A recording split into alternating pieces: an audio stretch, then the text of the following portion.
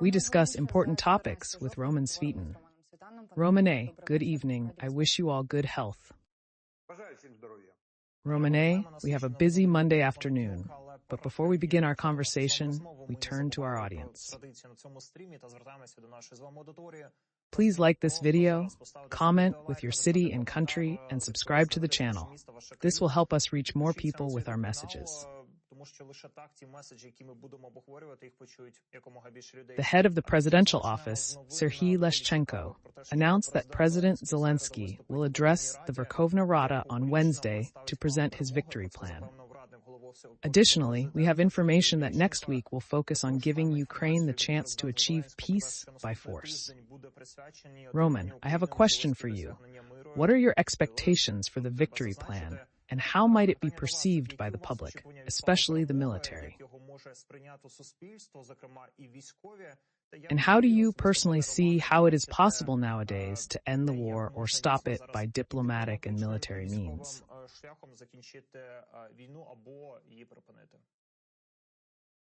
There's no way diplomatically. No war has ever really ended that way. It was delayed in time, and then it came back.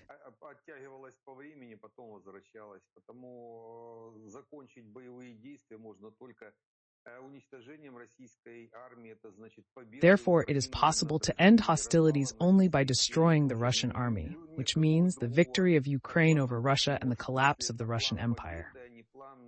There can be no other plan if this is a plan for victory and not another Minsk III. Let's see what it will be about, and then we will discuss it all.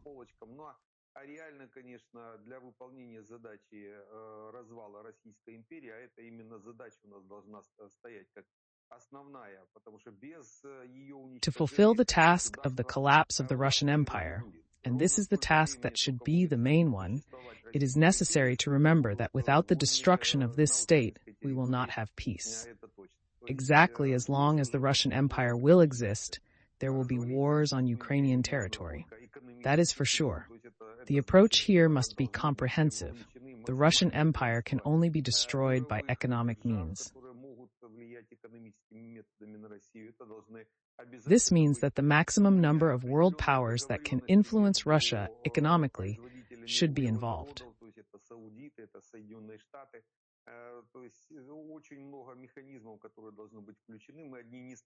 There should be some arrangements between hydrocarbon producers, such as the Saudis and the US. There are many mechanisms that must be included. We alone will not cope with the collapse of the Russian Empire. Ukraine alone will not cope. We can definitely handle the destruction of the Russian army with the right approach. We need enough of our own weapons and a professional Ukrainian army, possibly including some foreign units. Additionally, we need an unrestricted supply of weapons, no limits on quantity, usage, or types. If we are to destroy the Russian army, these are the only viable options.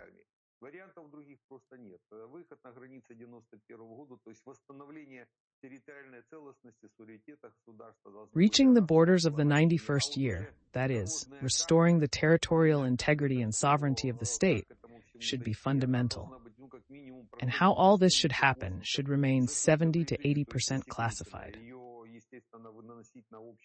Общий информационный поток нельзя ни в коем случае, потому больше как политические лозунги нам, наверное, вряд ли кто-то что-то подаст. Ну, просто нет других механизмов как таковых. Потому в среду It's not possible to integrate this into the general information flow, so we'll likely only hear political slogans.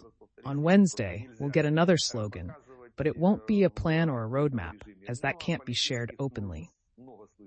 We've heard many slogans already, and I doubt we'll hear anything new. Roman, regarding the situation in Kherson, President Volodymyr Zelensky stated that the Russians have been attempting to break through our defenses there for 5 days. The enemy previously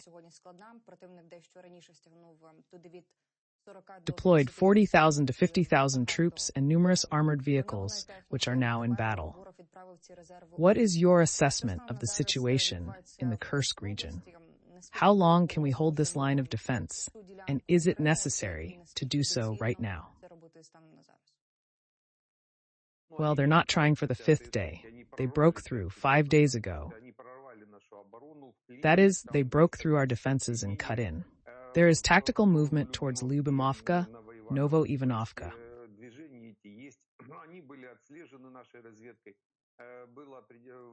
There is movement, but they were tracked by our intelligence. A certain amount of preparatory work was done, and we carried out offensive actions in the rear of this grouping in the Veseloy area. By and large, this is not a one-stage move by the Russians. We have been holding the Russian breakthrough in this direction for a week now.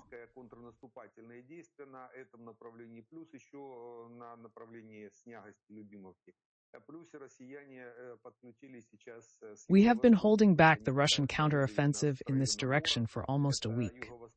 In addition, in the direction of Sniegosti, Lyubimovka, the Russians have also joined in from the southeast, trying to squeeze us out of the Borok area, east of Suja, and pressing us from both sides. It's very hard, but the task was to carry out linking operations when entering Kurshchina. The more Russians will be involved in such offensive operations, the more successful will be the task to bind Russian troops, to withdraw them from the main directions of the Eastern Front, Pokrovsk direction, Toretsk, Kurakovo, Chasov Yar. The Russians there are trying to move and use the last dry days before the fall and winter period. Часов Яра, то есть россияне там пытаются все-таки двигаться, использовать последние сухие деньки перед осенне-зимней слякотью, как-то улучшить свои позиции на восточном направлении. Our task now is to tie up the troops that the Russians are moving there as much as possible by fighting in the Kursk region. Further on, depending on the operational situation, a decision will be taken on movement in each direction. After all, these are maneuverable battles, and we can both advance and withdraw, involving the Russians in new operations. This is what our control mechanism in this direction will show us right now. Romane, Ramstein will probably take place after the presidential elections in the United States of America. The German edition of ZDF writes about it. We would like to remind you that the elections are scheduled for the beginning of the fall. Romane, we would like to ask you, should we take this as an alarming signal for Ukraine, or is it purely about the political situation? The main question is, how does it affect the battlefield? This time, it won't affect in a negative way. That's for sure. There won't be anything positive. That is, what was expected won't appear. At least not what we expected from Ramstein. Although, as you and I have said many times, you don't have to be enchanted to not be disappointed. It's just not being held. So we have nothing to say. We didn't expect anything from it.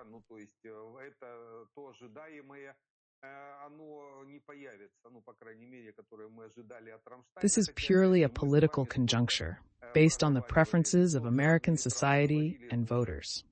There are other areas where it is important for the Democrats to prove themselves before the elections, and perhaps some issues have simply been decided to be drowned out.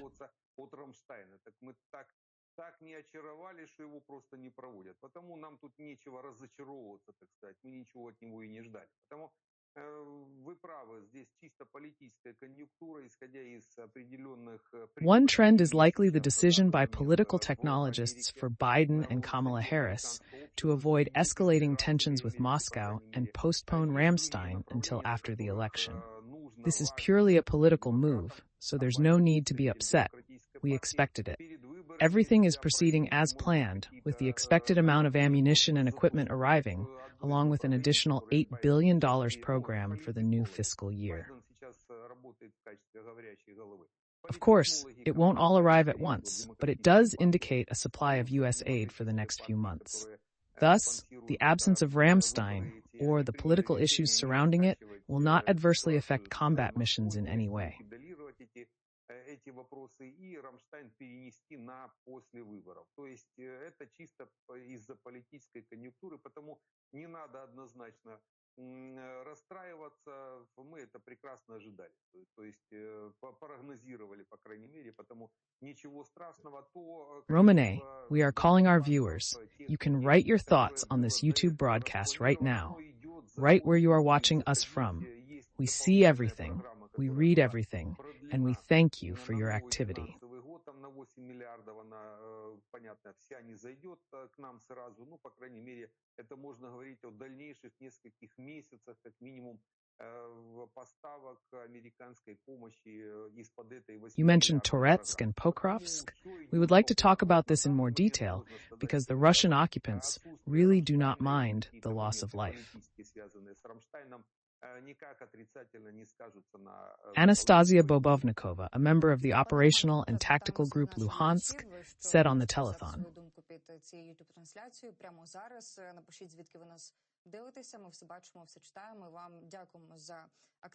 The enemy's tactics in capturing Toretsk and Donetsk are effective, with Russians aiming to fully capture Donetsk and Luhansk. However, Ukrainian forces are giving them the upper hand. As for the situation near Toretsk, we would like you to think of Pokrovsk. We will also see this direction on the map later. The loss of Toretsk will bring some consequences. In your opinion, what threats will there be for us in the future? Що нині поблизу Турецька, так само хочемо, щоб ви пригадали Покровськ, ми на карті потім також побачимо цей напрямок. Втрата населеного пункту Турецька, що за When it comes to Luhansk region, the Russians still have plans to reach its borders. Practically only Bilohorivka is left. They forced us out of Makiivka in Luhansk region. Now the Bilohorivka vistas keep the direction to the east-eastern direction of Chasovy Yar and Toretsk. Планы дойти до их границы. Там практически осталась только Белогоровка у них, они с нас с Макеевки выдавили, Луганской Макеевки. То есть практически Белогоровский выступ сейчас удерживает направление. We have been holding the northern line and Bilohorivka for 3 years now, quite successfully. This is part of the Luhansk region, one of the key tasks of the Russians in this direction. Вот мы его удерживаем уже как минимум 3-й год. Довольно-таки успешная. Вот это как раз и есть часть Луганской области. Вот у россиян одна из задач, они там также довольно-таки серьезно этим вопросом занимаются. Но то, что по Луганской области... In the Luhansk region, there may be hopes of resolving the issue this year, but the Russians definitely won't reach the Donetsk region's borders. There are significant uncertainties regarding their future movements, but they will continue to try. Currently, they are attempting to apply pressure in the Pokrovsk direction, although they know they won't approach it head-on, having already been stopped 5 to 7 kilometers from the city. They will attempt to expand the front line toward Mirnorad in the north and Seledovo in the south, with the Pokrovsko-Mirnorad agglomeration already forming.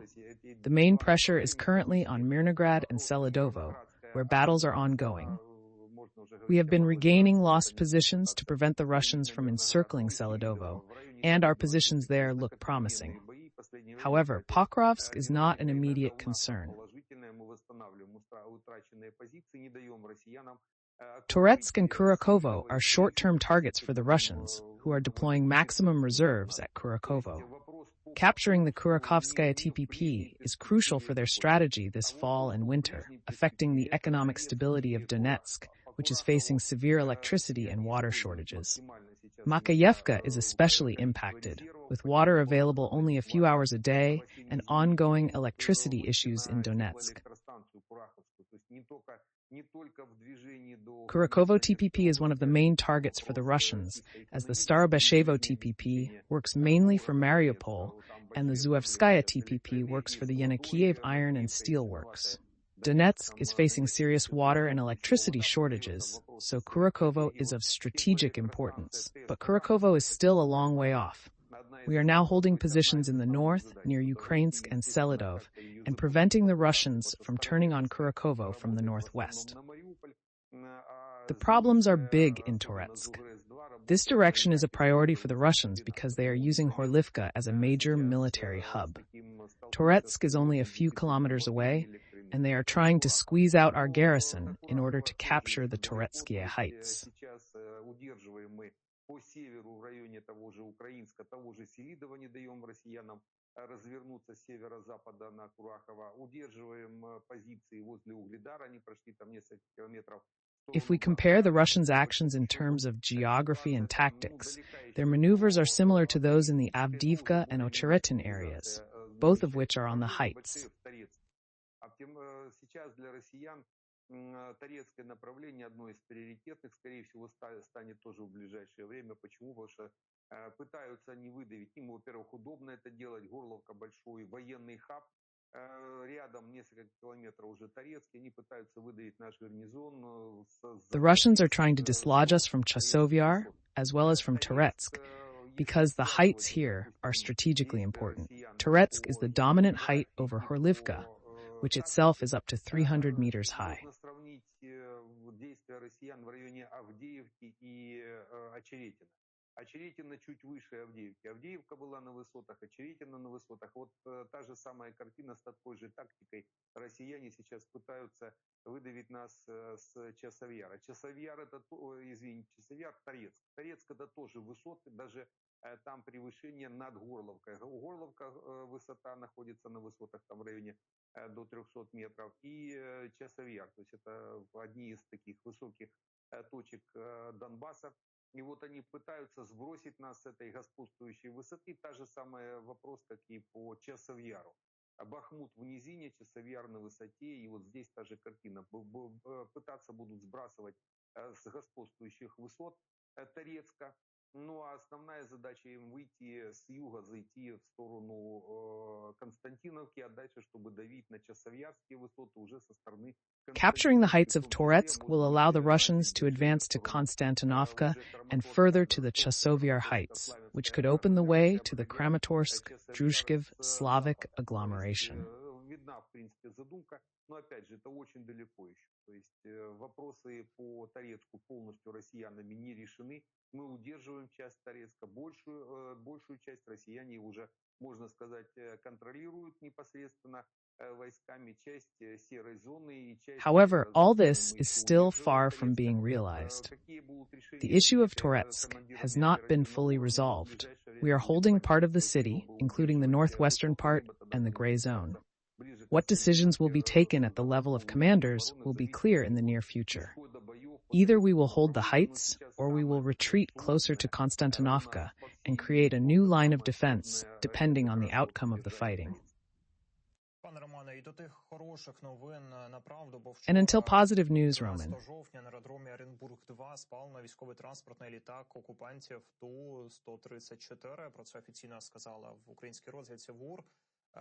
On October 13th, a military transport plane, the Tu-134, was destroyed at the Orenburg 2 airfield. What can you tell us about its role in the war and your assessment of the current state of Russian aviation resources? Well, I will hope that it is our intelligence officers who are being helped by their Kazakh brothers. I understand perfectly well that Kazakhstan, like Donbass in its time, can be subjected first to hybrid actions, so-called wars, and then to invasion by the Russians. This also applies to Estonia, Lithuania, Latvia.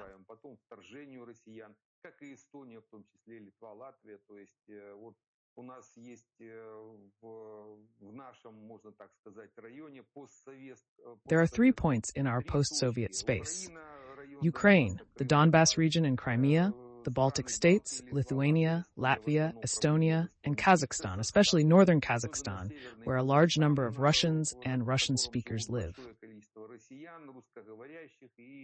У казахов есть, они, по крайней мере, тоже прогнозируют вот эти проблемы, связанные с расширением Российской империи, с воссозданием Советского Союза. Kazakhs have fears related to the expansion of the Russian Empire and the re-establishment of the Soviet Union.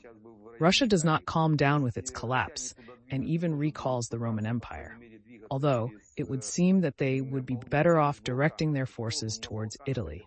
However, they are moving towards the Balkans, and this is a fact. Kazakhs have these concerns, and I hope that they help us.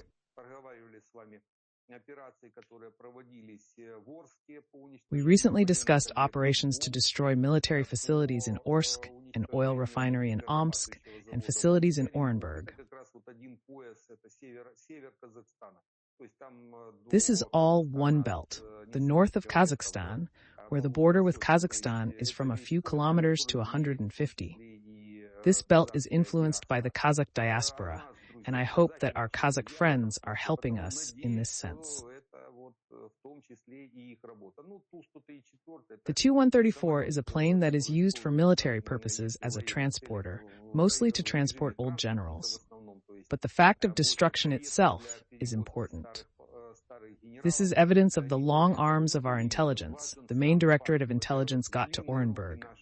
And once again, I hope that with the help of our Kazakh friends.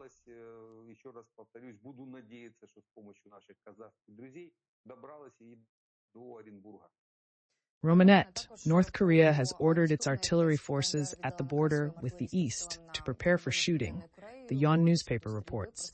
And the publication also notes that there are signs of this, that East Korea can make the roads spill over to East Korea.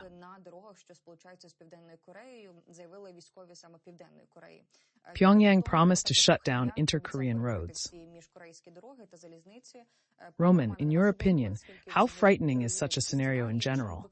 What is the reason for DPRK's threats against East Korea? And how, if such an escalation occurs, how will it affect Ukraine? Well, the South Korean intelligence services probably arranged for some drones to fly into North Korea with leaflets that gently put the North Korean leader in an unfavorable light. He took it as a personal insult, and a tantrum ensued. He started stomping his feet and was lifted over the table so he could better see the direction toward South Korea. Next, he chased his artillerymen to turn around for combat missions.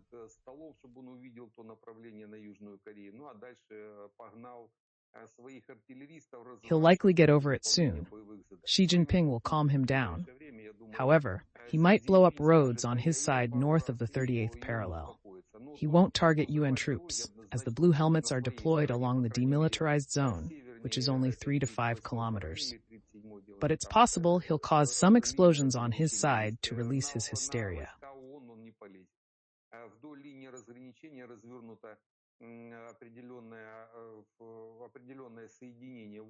Also, Romani, we will not forget to address our audience here. If you are watching just now, please like this video. Write where you are watching us from, your city, your country. We know that many people are watching us, including those who are in the occupied territories. Do not forget about your safety, the main thing, but if you can, write your comments if you are sure you are safe. Mr. Romane, as a continuation of this topic, President Zelensky, referring to the report of the intelligence service, reported about the actual involvement in the war in South Korea. The question here is for you as a military analyst. In what format and in what volumes? Можна, то пишіть свої коментарі, якщо ви точно в безпеці. І, пане Романе, от в продовження цієї теми президент Зеленський, посилаючись на доповідь розвідки, повідомив про фактичне включення у війну Північної Кореї. Тут питання до вас, як до військового аналітика, в якому форматі... And in simple words, how can it affect the war nowadays without any direct impact on the battlefield, on the front? North Korea has been providing serious military aid to Russia since last year, moving equipment, ammunition, missiles, rockets, shells, and ballistic missiles, including the KN-23.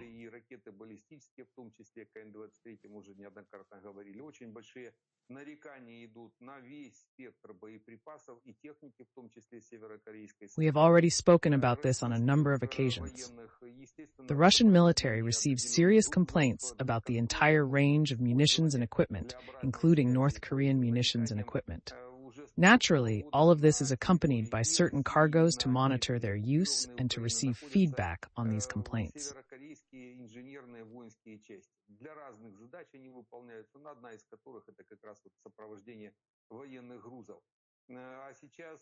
North Korean engineering military units have been stationed on the territory of Russia and occupied Ukraine since last year.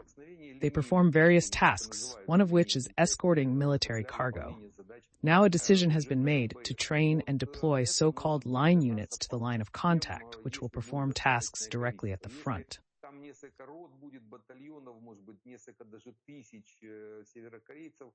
то мы, может, даже не заметим их участие, потому что они ничем не отличаются. This could pose a danger to us, especially if there are many such units. If there are several battalions, or even several thousand North Koreans, their participation may go unnoticed, since they are virtually indistinguishable from Koreans living in Russia and mobilized into the army. Those who don't know anything can't distinguish them from Buryats, except for a slightly wider face, but even that is not always noticeable.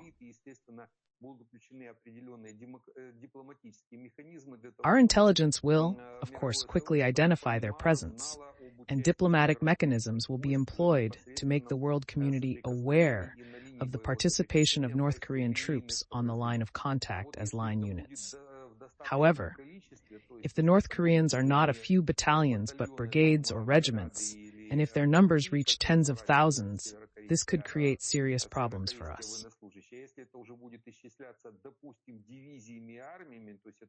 For example, about 100,000 Koreans could create a Pokrovsk-level operational breakthrough, where the Russians, numbering about 100,000, worked for a year but accomplished their task. The same picture could be repeated with North Korea. Theoretically, this possibility exists, but in practice, it is hard to say. Над этим прорывом в сторону Покровска. Долго, около года, но тем не менее, они его выполнили. Та же самая картина и по Северной Корее. Потому теоретически такая возможность, технически, практически, сложно, особенно вот сейчас, когда начались некоторые трения между Южной Кореей и Северной Кореей, допустим, чтобы там There has been some friction between South and North Korea, and Kim Jong-un is unlikely to send 100,000 North Koreans to our front. Although it is theoretically possible, and we should be prepared for it. I think, as soon as there are enough North Korean troops on the line of contact, those interested in destroying them, such as South Korea, Japan, and the United States, will give us enough weapons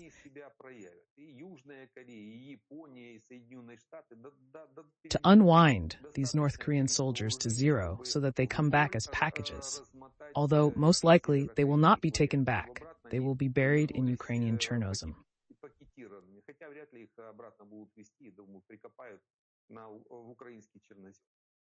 Romanet, Ukraine has information that Putin may visit the summit of the Great 24th Summit in Brazil, which will be held in October.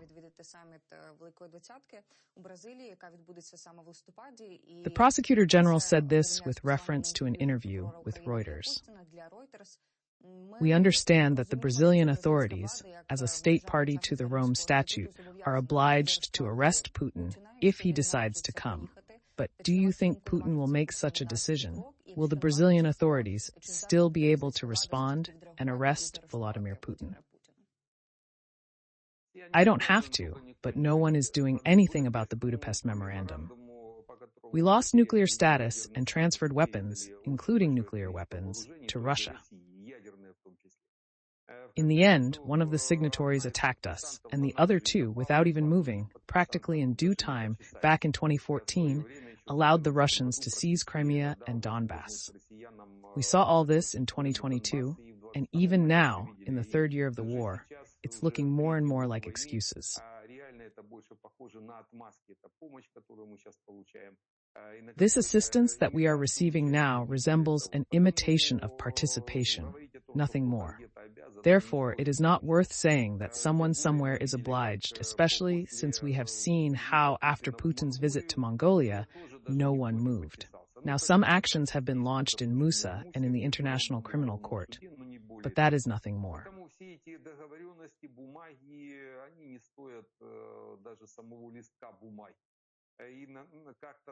All these agreements and papers are not even worth a piece of paper. It is definitely not worth reacting to. Putin will not take into account this aspect of Brazil's actions or inactions in any way. If he goes, or rather if he does not go, it will not be a reason to react to this Musovian protocol.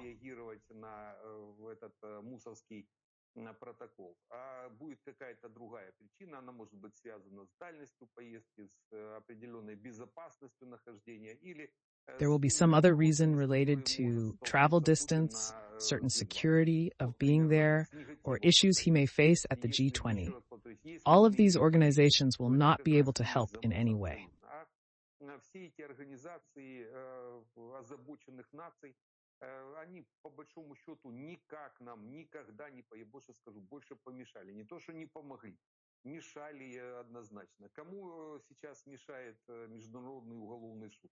Да он украинской армии. Who is now hindered by the International Criminal Court? It is, by and large, hindering the Ukrainian army, especially after we recently signed and ratified this charter. We will implement it, and it turns out that it prevents us from carrying out certain tasks, sometimes even exposing our military to further prosecution of any level. For the Russians, it does not interfere at all. They simply do not react to it. If Putin has already flown to Mongolia and nothing has happened, they have not kicked them out of this organization. They have not eliminated the Mongolian judge, who also works in the International Criminal Court. There will be no reaction. We should not hope for that, so that we are not disappointed later. Let us not be charmed by the United Nations, the OSCE, or the Red Cross. It certainly does not bring any advantages for us. The only thing we do is spend money from our budget. All these organizations are now, at the moment, completely obsolete.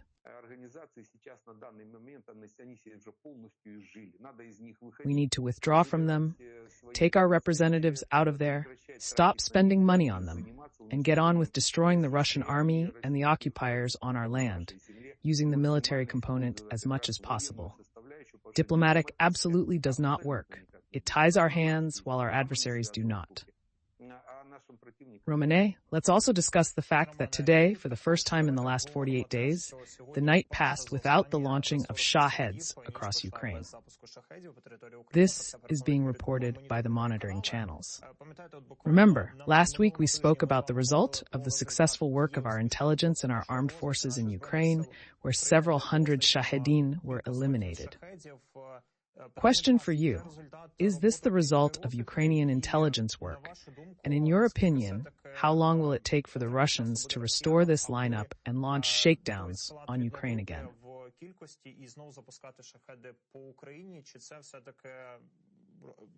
Maybe it will happen within a week after all, and the Russians won't be able to send Shaheds to our territory?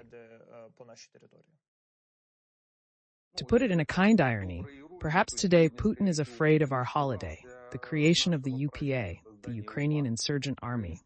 Maybe this day will be defined as the day of the creation of another UPA, the Ukrainian Professional Army.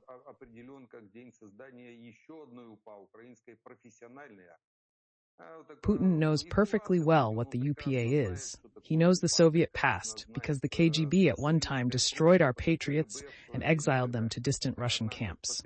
For several decades, they could not cope with our underground and patriotic army. Putin may have such negativity, and he gave the command not to touch even the memory of the UPA.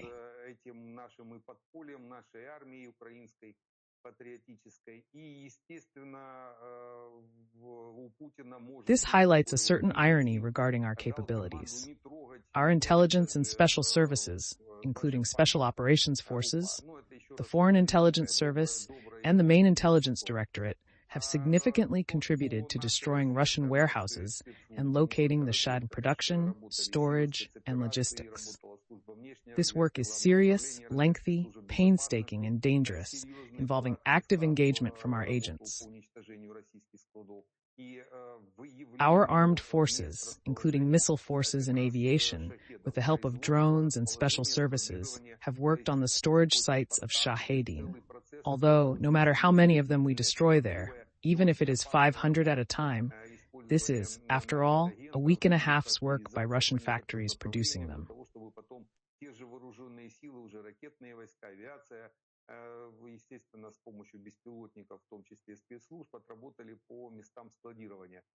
Shaheds are produced mainly in Tatarstan, and their element base is mainly Chinese and Iranian. Although the main one is Iranian, the Chinese element base is present. The main units and assemblies come from the Chinese factory Sunflower 200. Shahed 200 is a copy of the Chinese drone, and the Russians are now directly getting the units and assemblies from China, possibly through North Korea or some other spacer. For them to lose 400 to 500 Shaheeds in stock is at most a week and a half of production. Подсолнуха 200, шахет это копипаст, подсолнух 200, китайский беспилотник, и россияне сейчас напрямую получают с Китая, может быть, через Северную Корею, там через какую-то прокладку, получают с Китая эти узлы-агрегаты, собирают, и для них, в принципе, потери там 400-500 шахедов даже на складе, ну, максимум полутора. I think the reason for this failure of the Shaheeds now is not a direct connection. To partially disable supplies, we need to destroy the factories in Tatarstan, starting from Kazan and ending with Alabuga. Around the 20th, they will start operating. And when the leaders of the BRICS, the semi-terrorist organizations, will be meeting, that's when they will hold meetings. Производство, начиная от Казани и заканчивая Лабугой. Работать оптимально, как раз работать, когда там БРИКС будет собираться. Такой нежданчик, чтобы у них был. Это я специально на их сленге говорю, чтобы они понимали. Вот они там в районе 20-го начнут кучковаться. И вот когда эти все руководители БРИКСа, руководители этих, можно сказать, полутеррористических уже организаций, раз они там собираются, и ручкаются с Путиным, с террористической организацией Российской Федерации. To strike seriously at this very moment, to keep them in their basements for a few hours, would be very effective. Then they will embrace Putin, and it should be carried out. Our intelligence agencies should be advised to destroy the Shahed factories with all the means we have at our disposal at this very time, when the BRICS are gathering in Kazan. The longer this attack takes, the better.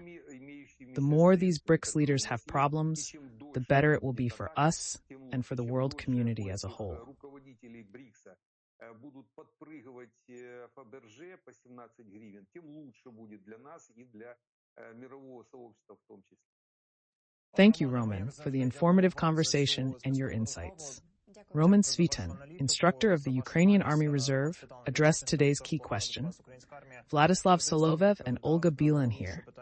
Please like this video, comment with your location, and subscribe to our YouTube channel. Ваше місто, ваша країна, не забувайте про це. Підпишіться на цей YouTube канал та побачимось в ефірі на 24-му.